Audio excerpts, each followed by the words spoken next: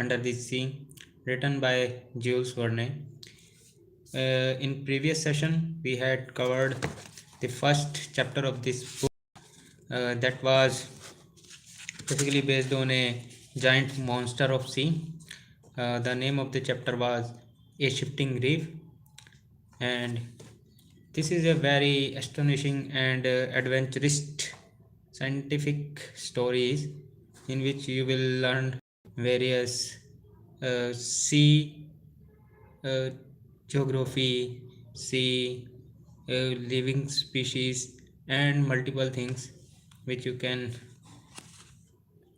observe from the various stories, peoples, and also from the documentaries, and you can gain lot of about the sea and their species, whichever you had not learnt or heard of till the today. So today we are going to continue with our next chapter, that is the chapter 2, pro and cons. Basically this chapter is based on the previous chapter. So how the author came to know about the sea gigantic giant monster, and what people thought about him, and they told the government, and also made their perception about the giant monster. Basically that giant monster was not a really giant monster, because today we know the giant monster as a name of whales. At that time people never ever seen the whales in their life, because before that time, before a decade or 2 decades, at that time people not sailed on the ocean in a very deep, or from away of the land. So when they came to know about this, they thought that this is a very giant monster and can harm them. So now we will continue. The second chapter says that the author says that at the period when these events took place, uh, in previous chapter I will give you the brief about the previous chapter. So in previous chapter, author written about the whales, how they smashed the oh, big vessels and submarines, and more and more ships. And hi bro, official Akash Gamer, how are you? So I want to tell you that we have started a new journey in this era about speaking the English, and also we will learn and how we can learn about the different kind of the peoples of different. Thank you for subscribing. Where you from? I'm from Haryana, bro. Fazi Jame, Faze Mahindra, Faze Mahindra. Okay, 37. Hi, I'm okay. How are you, buddy? So we are covering today the second chapter of a book. The book name is 20,000 League. As you can see here, this was written by Jules Verne a about 150 years ago or more. Yes, I am from India. So in this book we are going to learn about the ocean and various species in the ocean. Basically this book is divided into two parts. First part says about a gigantic monster of the sea, that is Ecuador. Okay, San Ituo. Welcome to my YouTube channel. Thank you for joining my session. Uh, so, in this book, in first part there are 23 chapters, and also in second part there are 23 chapters. Now we are covering the we had already covered the first chapter, but now we are going to cover the second chapter. The second chapter name is pro and cons. You also can read this book. This is a very amazing adventurous book, and we can learn more and more things about the sea by reading this book. So at the period of going through the chapter, so at the period when these events took place, I had just returned from a scientific research in the disagreeable territory of Nebraska in the United States. In virtue of my office as assistant professor in the Museum of Natural History in Paris, the French government had attached me to that expedition. After 6 months in Nebraska, I arrived in New York towards the end of March, laden with a precious collection.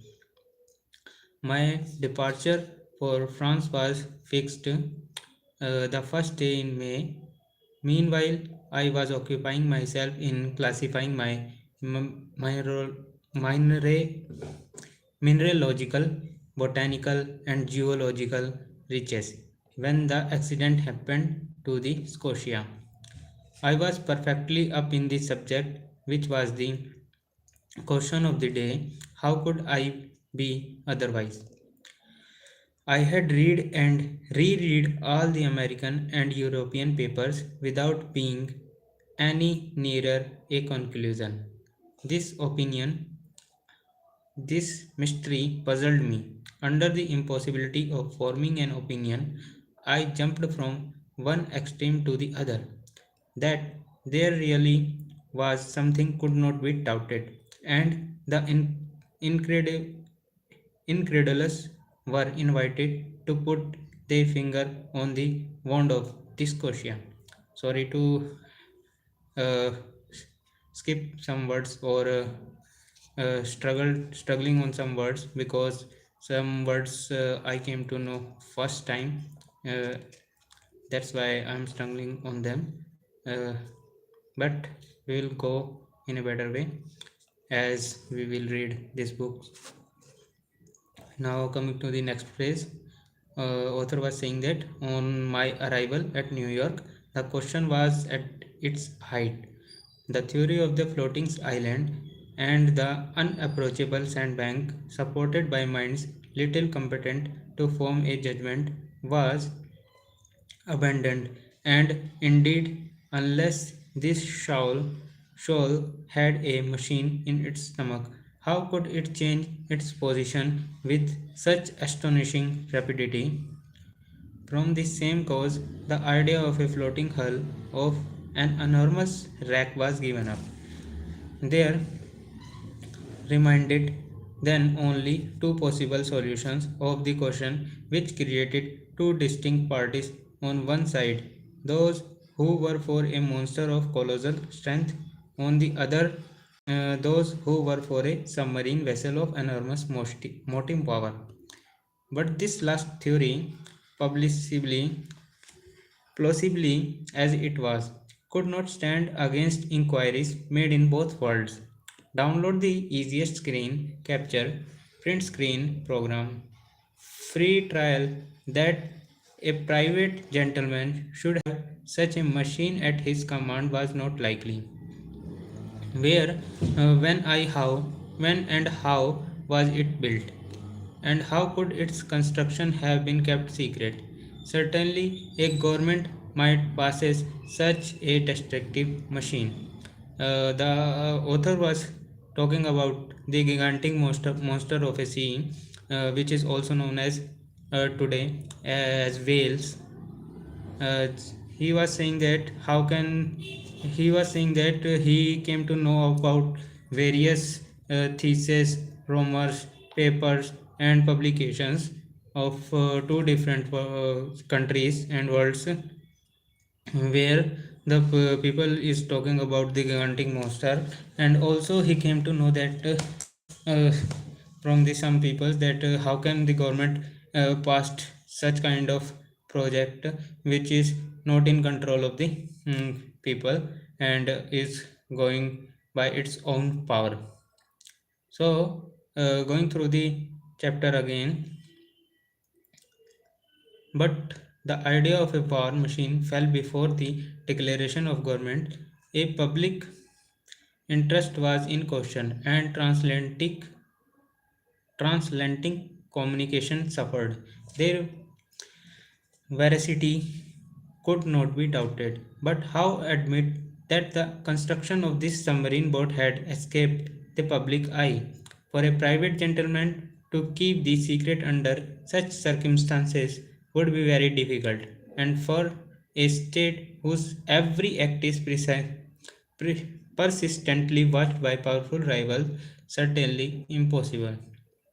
Upon my arrival in New York, several persons did me the honor of consulting me on the phenomenon in question.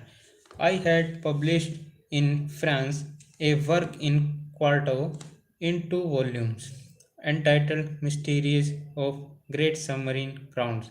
This book, highly approved of in the learned world, gained for me a special reputation. In this rather obscure branch of natural history. My advice was asked as long as I could deny the reality of the fact. I confined myself to a decided negative, but soon finding myself, if driven into a corner, I was sorry. uh, I was obliged to explain myself point by point. I discussed the question in all its form, politically and scientifically, and I give here an extract from a carefully studied article which I published in the number of the 30th of April. I ran as follows. After examining one by one the different theories, rejecting all other suggestions, it became necessary to admit the existence of a marine animal of enormous power. The great depths of the ocean are entirely unknown to us. Sounding reach them, what passes in those miles beneath the surface of the waters? What is the organization of these animals? We can secretly conjecture. However, the solution of the problem submitted to me may modify the form of the dalmia. Either we do know all the varieties of beings which people our planet, or we do not we do know all the varieties of beings which people our planet, or we do not.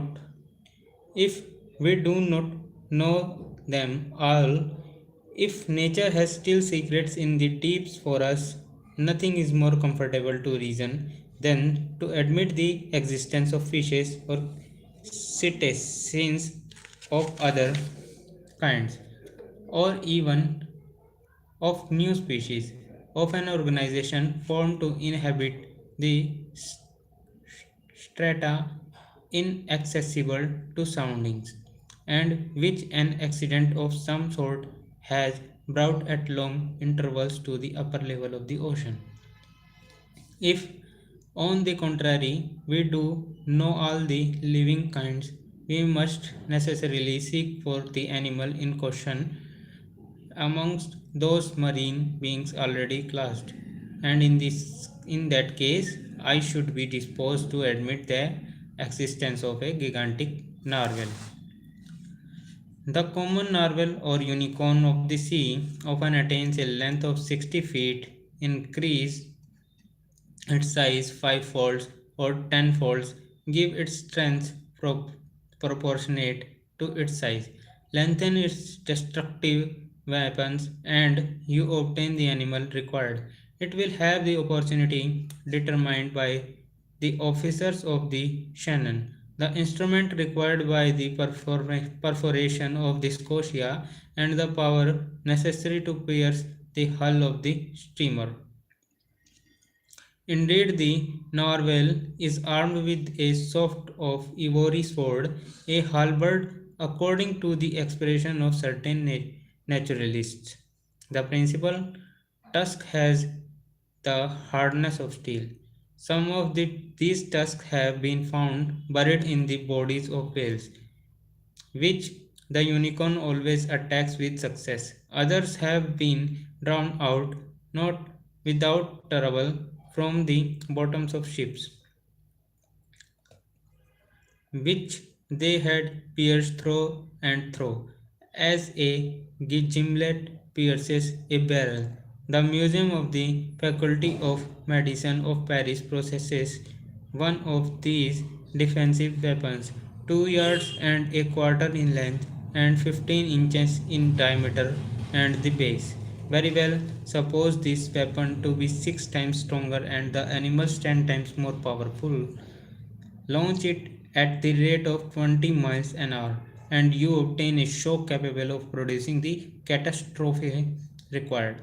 Until further information, therefore, I shall maintain it to be a sea unicorn of colossal dimension, armed not with a halberd but with the real spur, as the armored frigates or the rams of war, those whose massiveness and motive power it would possesses at the same time. Thus may this puzzling phenomena be explained, unless something over and above all that one had ever conjectured, seen, perceived, or experienced, which is just within the bounds of possibilities.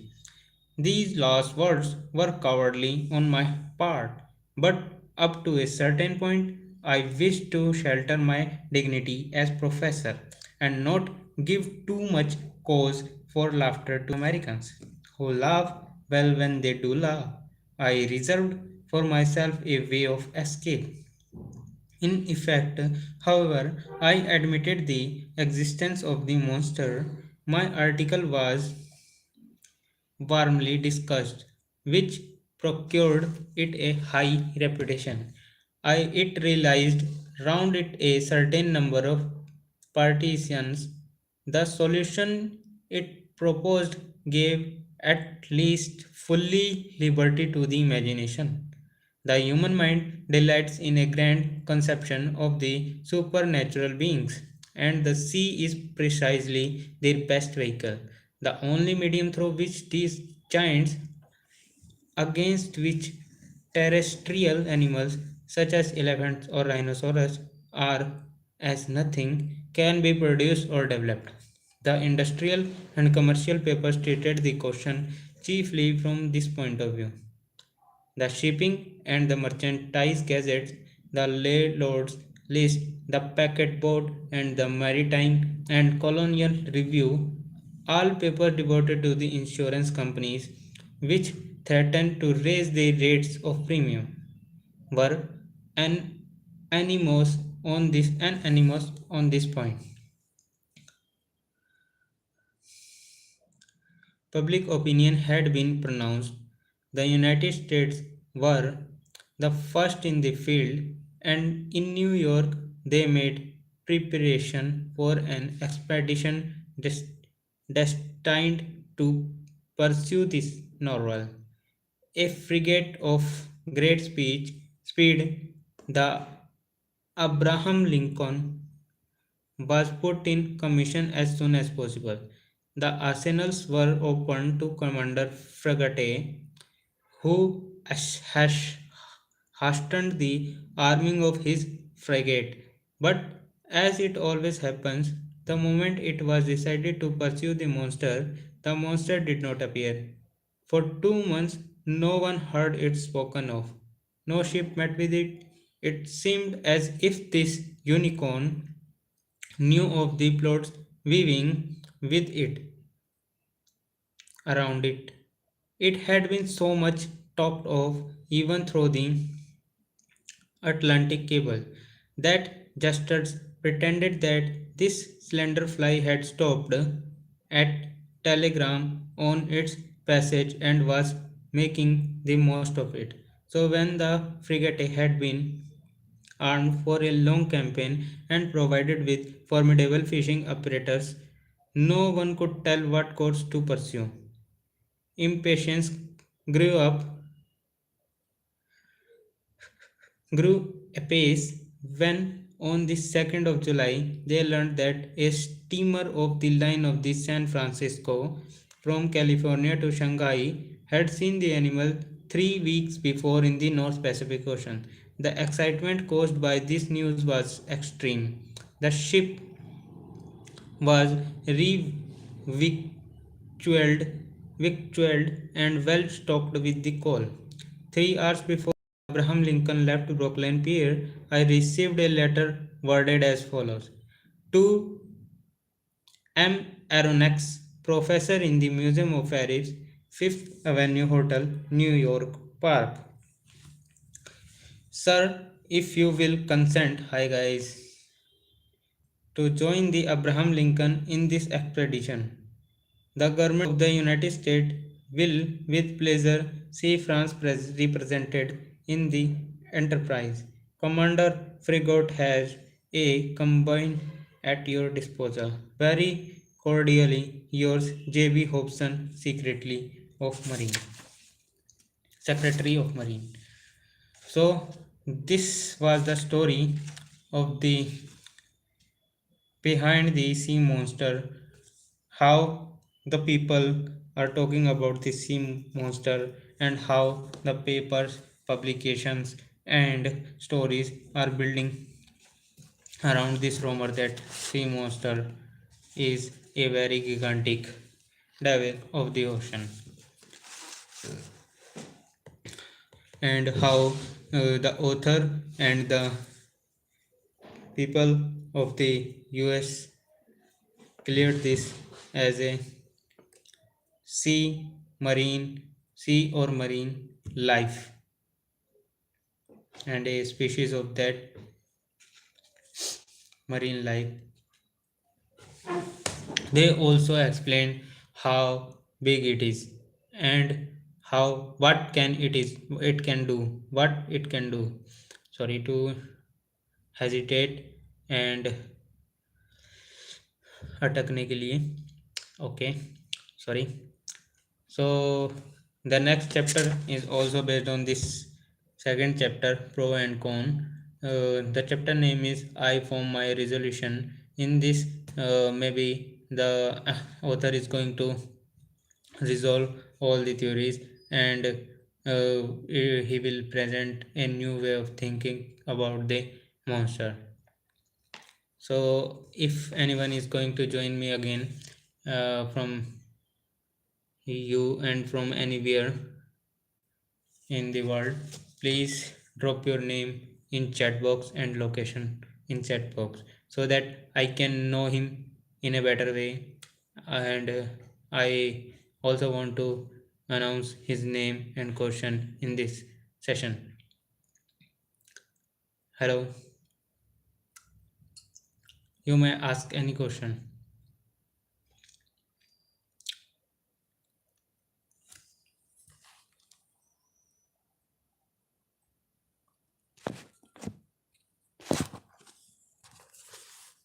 Okay, hi guys, hi buddy, can you drop your name and location in chat box so that I can interact with you? Sorry. Okay, can you drop your name in chat box?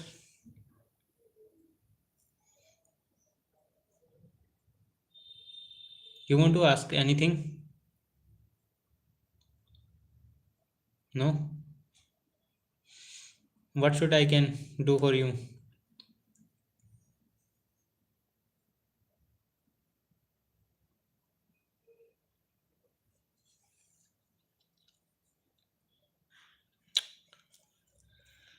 Okay, so if no one is asking any question, uh, we are going to end this session. Thank you for joining me. Thank you. We will continue tomorrow at 8:30 p.m. Thank you.